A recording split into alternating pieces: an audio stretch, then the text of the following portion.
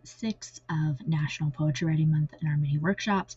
Today I am getting this one out a lot later than intended. It took a lot more research and planning and getting things together than I anticipated. And also, I wanted to remind you guys that I do have the Sincerely Blue Jay prompt journals. There are 3 of these now, and they are only $4 if you want to buy one this month. They are half off, and if you decide to buy the whole set of them, there's some lovely things going on with that as well. So check out my social media, reach out to me, let me know if this is something you want. I would love to get you your copy or copies, and they make fabulous gifts, and they're really inexpensive ways to really just boost your National Poetry Writing Month engagement, or also just to have on hand for when writer's block strikes or you're ready to write but you don't know what to write about or anything like that. So that being said, we're going to switch to viewing my screen because today's workshop is all about the visuals, and we'll be right back.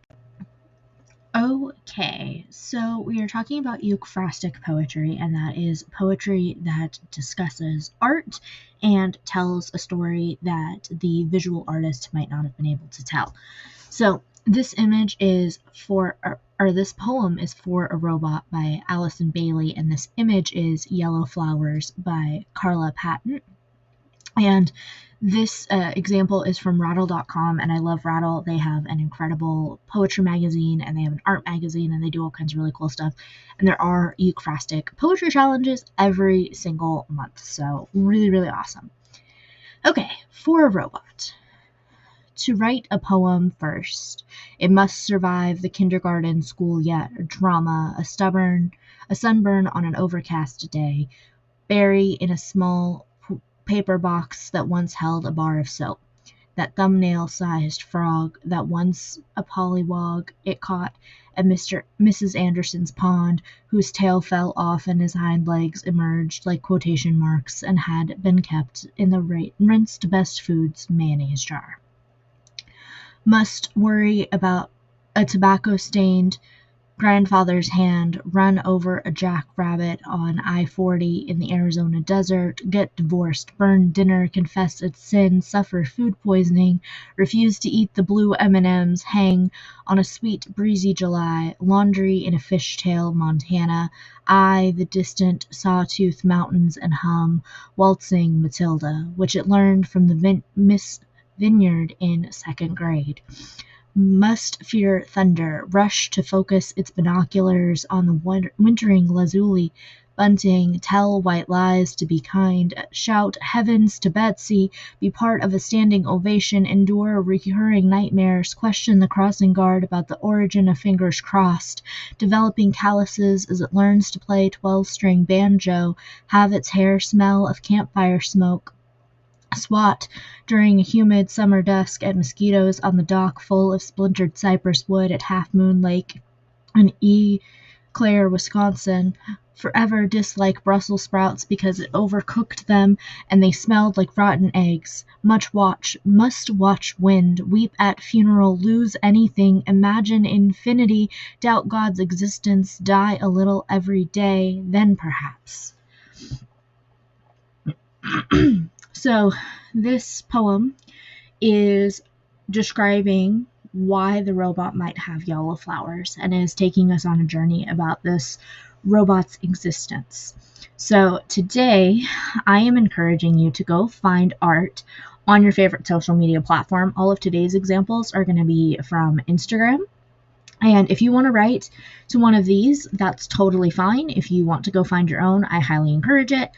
But I'm going to tell you a little bit about how I would approach each one so that you have a little bit of a starting point. And of course, feel free to get as creative as you like. Today's prompt is going to be to go find art somewhere created by somebody who's already been on your feed, or somebody who's related to somebody that's been on your feed, or someone that Instagram is recommending to you. If you're following poetry, you're probably going to get recommended artists as well. So that being said, our first one is this Witchy Friends image, and it's a blueberry bat with some really cool flowers behind it. and she's just a really sweet girl. So I would tell the story of the blueberry bat. I would tell about blueberries being her favorite food, and I would give her a name, and I would talk about the importance of whatever flowers are with her, and that's how I would approach this one. This next one is Camilla Derrico, and this is a very, very favorite artist of mine. I especially love when she does anything that has to do with like mythology, and this one does. So there are these golden dragons and this little like doll-like girl, and these are lucky dragons, but you wouldn't know it with the look on her face. So I would do one of two things with this image. One, I would write from the perspective of the dragons and why they are lucky and what they are trying to bring this little girl and why they chose this little girl. Or the other perspective I would run with is why she looks afraid, or maybe she doesn't understand the situation. Or I would talk about the artist creating all of these life forms and what their personalities are. So there's a lot of different ways you could go with it. This is an older piece from the pandemic, and this is Tristan Matier. And so there's this like chalky rainbow rose situation, and then there's I love you, stay safe, stay inside. So I would pick the actual art here, the rainbow rose, and the two different perspectives, and I would tell a story about that, or I would go back to pandemic days and talk about the sunflower that I tried to grow, or I would do something like that. Another route you could go is you could talk about the different colors and the choices in the colors and where the neon is coming from and things like that. So there's a lot of cool ways to do this.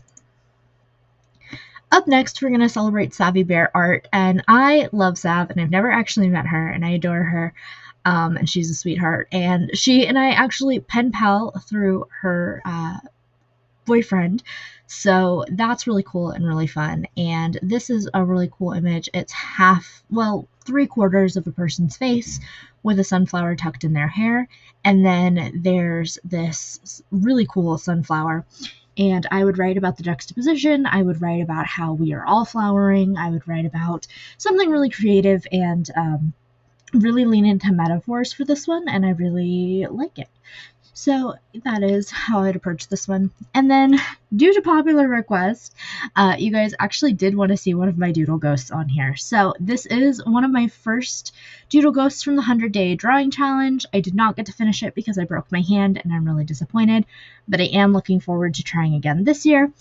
Anyway, this is Doodle Ghost number 2, and it's very comic booky, and it's kicking or throwing these boots at somebody, and I really love it. So what you could do for this one is you could talk about being in a comic book world. You could talk about a time you were really angry.